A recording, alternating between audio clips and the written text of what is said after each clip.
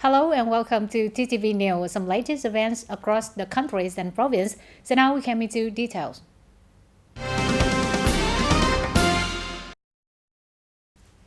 Ladies and gentlemen, on the morning of September 9, the thematic supervision delegations of the Provincial People's Council Legal Department has a working sessions with the Steering Committee 389 of the Trang House on laws enforcement in the prevention and fighting against smuggling, trade fraud, and counterfeit goods. Into meeting, the member units of Steering Committee of 389 of TayNinhTV reported on the situation and results of the work of preventing and combating against smuggling in the town from the beginning of 2023 to June the 30th of 2024. Accordingly, the TayNinhTV police inspected and arrested 25 cases and with 27 subjects transporting and trading in prohibited goods. Administrative fines of over 545 million Vietnam dong, and the market management team number 1 conducted for 116 inspections, of which 74 violations were detected, with administrative fines of more than 990 million Vietnam dong. And during the working session, the members of the delegation supervised the response plan to the situation of food safety and hygiene in the area, assessed the remedies in handling, liquidating, and confiscating violated goods, coordination with the sector and locality to improve the effectiveness of anti-smuggling work and handling goods and means of violating the law. Dear audience, according to data from the Department of Industry and Trade, in August 2024, revenue from accommodation, food and beverage, travel and other services in the province is estimated at 2,159 billion Vietnamese dong, up to 4.46% over the previous month. In the revenue of last August, accommodation services were estimated at 33.27 billion Vietnam dong, up 0.9% over the previous month. Food and beverage services were estimated at 1,175.6 billion Vietnam dong, up 0.20%.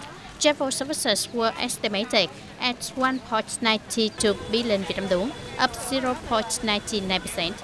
In other service activities, lottery activities are estimated at 948.52 billion Vietnam dong, up 10.41% over the previous month.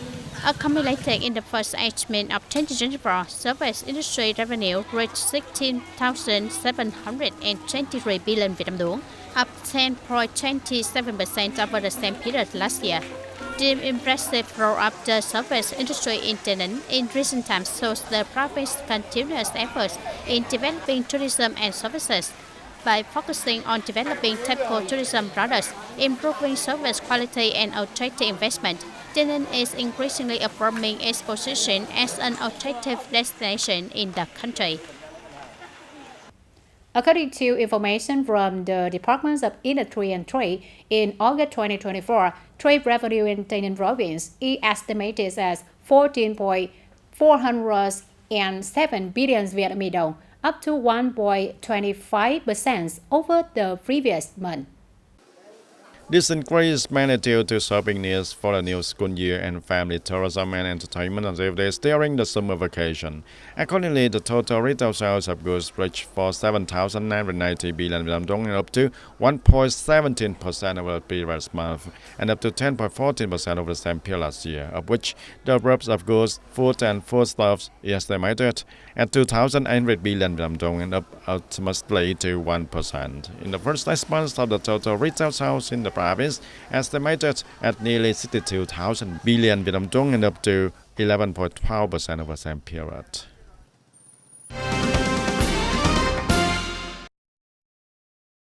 Tây Ninh province supports small and medium-sized enterprises in terms of information, communication, trade promotion, and connection to innovative startup networks. This is one of many programs of Tây Ninh province to support small and medium-sized enterprises in 2024 and the period of 2024-2026. In 2024, support will be provided to 29 enterprises, 6 contracts, and 4 trials. In the period of 2024-2026, support will be provided to 87 enterprises, 18 contracts, and 12 trials. Small and medium-sized enterprises in TayNinhTV province are free to look up information on the system of domestic and international standards and regulations, inventions, technological information and scientific research results, information on connecting creative startups, attracting investment from creative startup investment funds at the portal and electronic information pages of the People's Committees at all levels in the province, supports 50% of the value of the consulting contract for successfully registering an account to sell products and services on international e-commerce platforms, not exceeding 100 million Vietnam dong per contract per year per enterprise. Supports 50% of the cost of participating in international competitions on creative startups, not exceeding 30 million Vietnam dong per competition per year per enterprise. Despite the harsh damage for social housing, for many years the social housing development programs in Ho Chi Minh City has been torn with very few projects being implemented, mainly due to many mechanisms and policies that have prevented many business firms investing in social housing. The housing law of 2023, which has just taken effect since August 1st of 2024, along with Decree number 100 of 2024, which has just been issued by the government, detailing a number of articles of the housing law on development and management of social housing, is expected to remove the bottlenecks to promote the social housing development in Ho Chi Minh City also.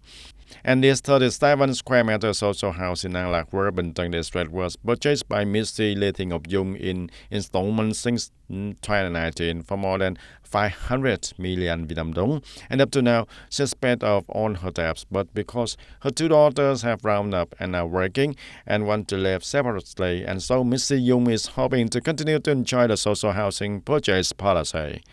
When the housing law of 2023 took effect from August 1st of 2024, especially with Decree number 100 of the government detailing a number of articles of the housing law, Mr. Dung is even more hopeful. Thật sự ra cái sự gối ghém mà cái sự mà tôi gọi rằng là mình Actually, when I didn't have a house, I had high hope. But because the area could only accommodate one for two people, it was too cramped for a mother and two children. And the housing law of 2003 and Decree number 100 have expanded the conditions for purchasing social housing specifically, such as giving up the place of residence and more clearly defining people's income through the commune and residences within a certain period of time. The terrains are also more open than before. In particular, Decree 100 explores in detail in income for the married people who need to buy social housing, which is the total income of the people combined, not exceeding 30 million Vietnam dong per month. And I'm also married and have a baby, so the income of the couple is under 30 million Vietnam dong. Low income is under 30 million Vietnam dong, and that is correct. The demand for buying and renting social housing in Ho Chi Minh City is very large, with millions of people and migrant workers wanting to have the stable housing. However, the city's social housing program has been stalled for many years. Very few projects have been invented, and because businesses are not interested in Decree number 100, the housing law and the land law of 2003 have removed the bottleneck, with many mechanisms and preferential policies for investors participating in a social housing project especially.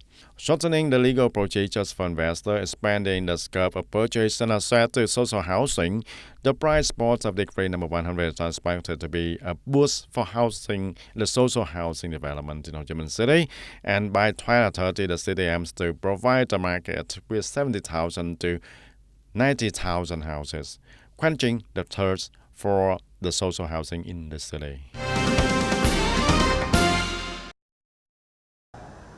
On the afternoon of September 9, Tân Châu Town Military Service Council held a conference to review standards for military service and public security service in 2025. According to the report of Tân Châu Town Military Service Council, the total source of citizens of military service age in 2025 in the town is 411 citizens. Through review, the entire town has 239 citizens who are eligible for initial health screening for military service. Citizens who were deferred from military service due to education were 103 citizens, deferred due to health were 54 citizens. The rest were deferred or exempted from military service due to moral and policy reasons. Tân Châu District Military Command said that 7 out of 12 communes and towns in Tân Châu District complete the organization of reviewing military service standards and performing the application to join the People's Public Security in 2025.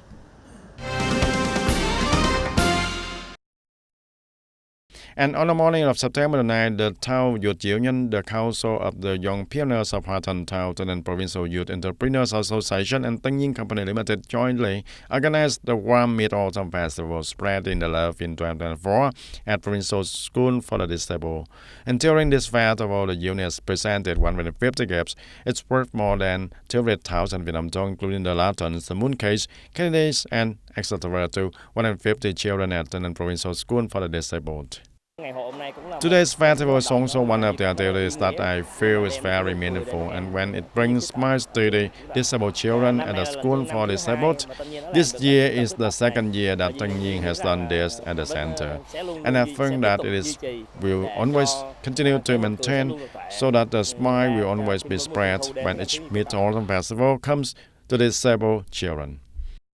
And the festival is truly an extremely meaningful activity for the children at the school for disabled during the Mid-Autumn Festival this year. Ladies and gentlemen, Long Phu Cam Mu, Bến Cầu District, Tây Ninh Province is home to the Thai community, one of the ethnic minorities with a rich and unique culture. Their traditional cultural values have long been a valuable asset not only to the local community, but also to the Vietnamese people. In order to preserve and promote the traditional cultural values of the Thai ethnic group, the People's Committee of Bến Cầu District has decided to establish the Thai Ethnic Folk Cultural Activity Club in Long Phu Cam Mu. This is an important effort in preserving and developing unique cultural values while promoting socio-economic development in ethnic minority areas. The club will become a place to train, learn, and teach the folk culture of the Thai people, contributing to preserving the quintessence of traditional culture and maintaining a unique identity. Currently, the Party Committee and Long Phu Cam Mu government are also very interested in the Thai ethnic people. First of all, they are absorbing the guidance documents from the higher levels, thereby implementing priority policies for the Thai ethnic people. In order to care for and encourage the Thai ethnic people, create a favorable environment for communication and economic, cultural, and social development for the Thai ethnic people. Thanks to the attention of the party and local authorities at all levels, a very good condition has been created for us to have a happy day like today. We have a spirit of promoting, maintaining, and developing for a long time, even in our lifetime, and our descendants are extremely grateful. Thai ethnic culture is characterized by graceful square dances, unique traditional music, and unique customs and practices. Among them, religious and artistic rituals such as wind-inviting singing, square dance, playing the pen pipe and gongs, are all communal in nature and closely linked to the spiritual life of the Thai people. These cultural features not only express the affection, love, and solidarity among members of the community, but also serve as a bridge between generations. We will continue to try to learn more about the identity of our people through our predecessors, such as our parents, grandparents, or through our language, custom, and music, so that we can introduce more widely the unique features of our people, making our people's identities never fade, and will always develop stronger. Tayninh, with its beautiful natural landscape and diverse cultures of ethnic minorities, is an attractive destination for domestic and foreign tourists. Traditional festival, rituals, and artistic activities of the Thai people will become highlights to attract tourists, creating momentum for economic development for the locality.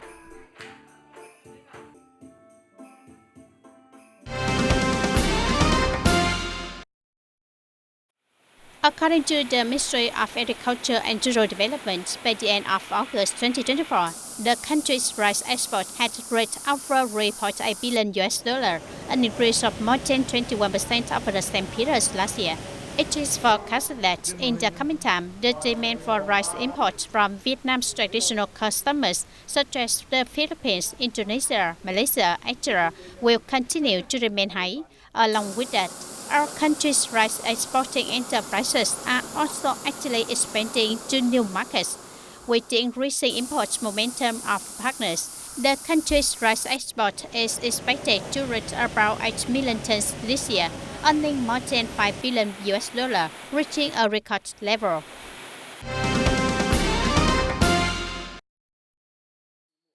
The government had just requested the Ministry of Labour, Welfare and Social Affairs to urgently complete the national strategy on the elderly to promptly and effectively respond to rapid population aging process in Vietnam at present and submit it to competent authorities for approval in the fourth quarter of 2024. Specifically, the Ministry of Labour, Welfare and Social Affairs will recite over and coordinate with ministry and agencies to promote employment policies to effectively promote the role of other human resources, focus on reforming administrative procedures, connecting and sharing data to help the elderly easily carry out administrative procedures. The Ministry of Natural Resources and Environment will preside over and coordinate with the Central Committee of the Vietnam Association of the Elderly to research, develop, and complete the project. Elderly people participate in startup, job creation, digital transformation, green transformation. In December this year, the Ministry of Health will recite over and closely coordinate with relevant agencies and organizations to complete the humanitarian program Right Eyes for the Elderly next November. Ladies and gentlemen, storm number 3 caused great damage to ships and posts in the waters of Quảng Ninh province, with many anchor ships sinking and aquaculture wraps bursting. According to a report from the Office of the Committee for Incident Response, Natural Disaster, and Search and Rescue, the Departments of Search and Rescue under the Ministry of National Defense, many incidents and accidents at sea have been recorded, causing many crew members to go missing due to the self-impact of storm number 3. Authorities are working to search and rescue at sea. Currently in the waters from Quảng Yên to Vân Đồn, including the waters of Hạ Long Bay and Bái Từ Long Bay, there are still people in distress and trapped. Currently, functional forces, with the core being the armed forces, are continuing to deploy search measures, setting up a command post at the scene, racing against time to try to ensure maximum safety for the people. By noon on September 8, the authorities has rescued 41 sailors, crew members and fishermen in distress. Captain Lê Văn Tiến, 50 years old, currently residing in Đông Triều Thao, Quảng Ninh province, has more than 30 years of experience at sea and is one of the crew members of the VT-09 ship who survived. On September 7, the VT-09 barge, with a capacity of 1,000 tons, was suddenly hit by wind and storm while anchored at column 8 Hồng Gai. When the anchor cable was broken and pushed out to the sea, at that time, in addition to Mr. Tiến, there were 8 crew members on the ship. By the morning of September 8, Mr. Tiến and 2 crew members were discovered by a fishing boat when they were stuck in a barge and were returned to shore thanks to the rescue of local fishermen. The storm started around 9 a.m. We had a plan to start the engine to support. After more than 2 hours, around 12 p.m., when the eye of the storm hit, we could not hold on any longer. Everything was ripped. Now we cannot contact the crew. We tried everything, but there was signal. At 2 p.m., he said he was looking for a way to survive. He called. At 4 p.m., he called and said he was alive. At 6 p.m., he called and said he was safe. But I could not sleep. I was very happy and touched. On the afternoon of September 8, the Vietnam Coast Guard Command announced that 43 crew members of 8 ships and barges in distress at sea due to the impact of Storm Number 3 had just been successfully rescued by Coast Guard officers and soldiers. Currently, 43 crew members on the above vehicles have been brought safely to Coast Guard ship HW04 on unstable hull. Currently, the relevant status and forces continue to operate leadership, command and coordination mechanisms to conduct search and rescue operations, ensuring the best possible safety and health for the people. That's all for today, TTV News. Thank you for your attention and goodbye for now.